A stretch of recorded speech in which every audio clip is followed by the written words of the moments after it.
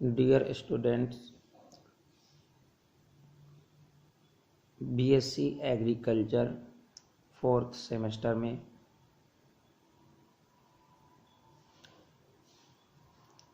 Principles of soil physics and soil conservation paper में एक question परीक्षाओं में अक्सर पूछा जाता है।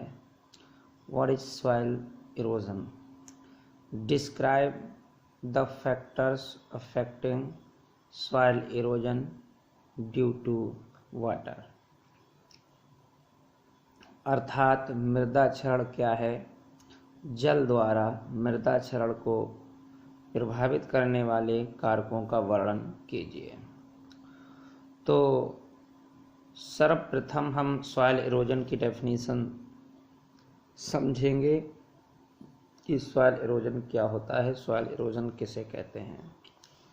तो याद रखिए, यहाँ पर soil erosion due to water की बात कर रहे हैं, यानी कि जब मृदा का कटान जल के द्वारा होता है तो उसमें क्या होता है।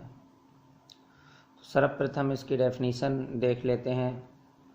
तो जल के द्वारा होने वाले सॉइल इरोजन को soil erosion due to water कहते हैं।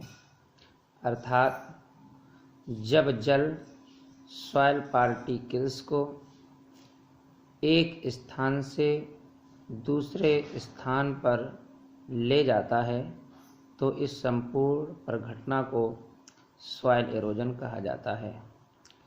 सॉइल इरोजन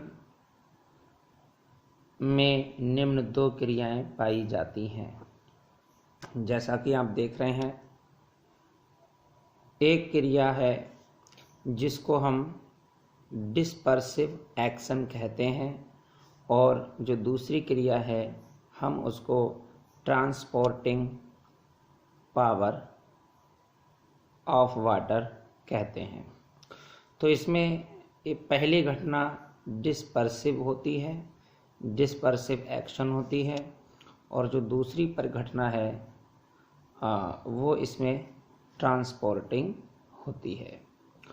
तो बात करें सर्वप्रथम डिस्पर्सिव एक्शन की, तो डिस्पर्सिव एक्शन ऐसा एक्शन होता है जिसमें जब रेन ड्रॉप अर्थात बारिश की बूंदें सॉइल सरफेस पर गिरती हैं तो ये बारिश की जो बूंदें होती हैं वो सॉइल पार्टिकल्स के लिए वहाँ से उठा करके दूर डिस्पर्सल कर देती हैं, डिस्पर्जन उसका कर देती हैं।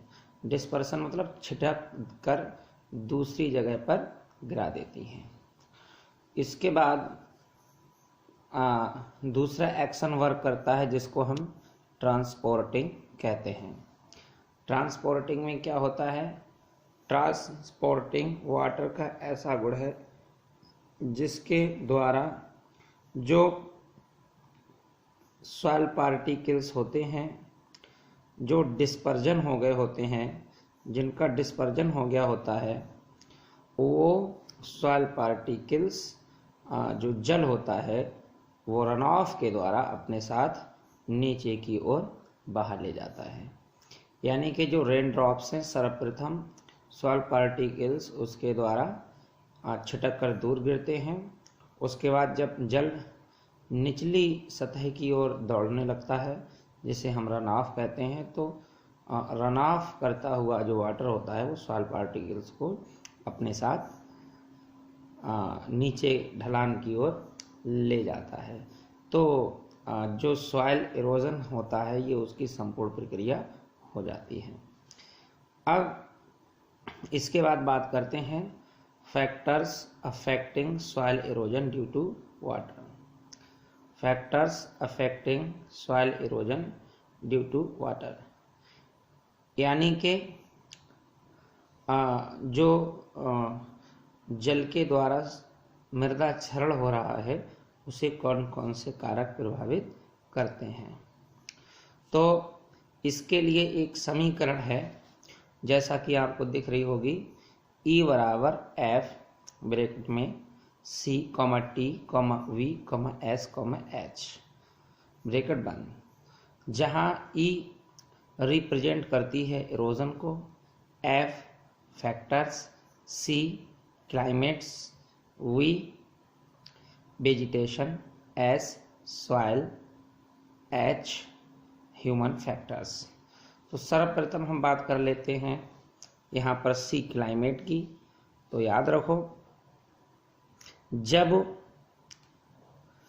जो बारिश है, बारिश में रेन इंटेंसिटी अधिक होती है, यानी कि जो बारिश की प्रचंडता है वो अधिक है, लेकिन बारिश बहुत कम समय के लिए होती है, तो इसमें भी सॉइल इरोजन कम होता है। जब लाइट इंटेंसिटी कम हो लेकिन बारिश अधिक समय के लिए हुई हो, जब रेन इंटेंसिटी कम हो और बारिश अधिक समय के लिए हुई हो, तो भी सॉइल इरोजन कम होता है। लेकिन जब अधिक रेन इंटेंसिटी हो और अधिक समय के लिए बारिश हुई हो, तो सॉइल इरोजन अधिक होता है। सॉइल इरोजन अधिक होने के लिए वर्षा की प्रचंडता भी अधिक होनी चाहिए और बारिश का समय भी अधिक होना चाहिए। फिर हम बात करते हैं टोपोग्राफी की। टोपोग्राफी को हिंदी में तलरूपता कहते हैं। और जो टोपोग्राफी है उसमें क्या होता है कि जो ढालू क्षेत्र होते हैं वहाँ पर सॉइल इरोजन अधिक होता है अपेक्षाकृत समतल क्षेत्रों की या कम ढालू क्षेत्रों की। अगर ढालू क्षेत्र है, ढाल भी अधिक है और जो ढाल की लंबाई है, ढाल की लेंथ है, वो भी अधिक है, तो भी सॉइल इरोजन अधिक होता है। बात करते हैं वेजिटेशन की। वेजिटेशन मीन्स वनस्पतियाँ। जब सॉइल सरफेस पर वनस्पतियाँ प्रचुर मात्रा में होंगी तो भी सॉइल इरोजन कम होगा, क्योंकि जो वनस्पतियाँ होती हैं वो सॉइल सरफेस को ढक लेती हैं। इसके साथ साथ जो वनस्पतियों की जड़ें होती हैं वो भी सॉइल को अपने साथ बांधे रखती हैं, जिस कारण से सॉइल इरोजन यानी कि मिट्टी का कटाव बहुत कम हो जाता है। बात करते हैं यहाँ पर एस यानी कि सॉइल की। जब सॉइल में ह्यूमस प्रचुर मात्रा में होता है तो भी सॉइल इरोजन कम होता है। जब सॉइल में ह्यूमस की मात्रा कम होगी तो सॉइल इरोजन स्वतः बढ़ जाता है, क्योंकि जो ह्यूमस होता है वो सॉइल पार्टिकल्स को बांधे रखता है। बात लास्ट में कर लेते हैं ह्यूमन फैक्टर्स की।